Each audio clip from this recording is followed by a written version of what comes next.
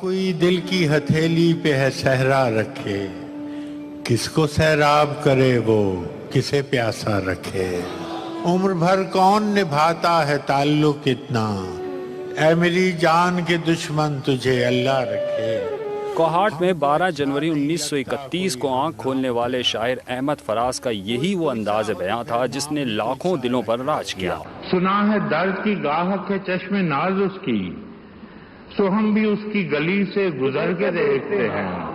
محفل تو جیسے ان کی منتظر ہوتی، اشعار کے گل کھلاتے تو محفل مہکنے لگتی۔ فراز صاحب لفظوں کی جادوگری سے محبت کے در کھولتے ہی چلے جاتے۔ جشن مقتل ہی نہ برپا ہوا ورنہ ہم بھی پابجولا ہی سہی ناچتے گاتے جاتے۔ گراں قدر انعامات اور اعزازات ملے، کئی شعری مجموعے آئے، فلموں میں بھی ان کے گیت شامل ہوئے تو ہر گانا دل کی گہرائیوں میں اترتا ہی چلا گیا۔ دل دکھا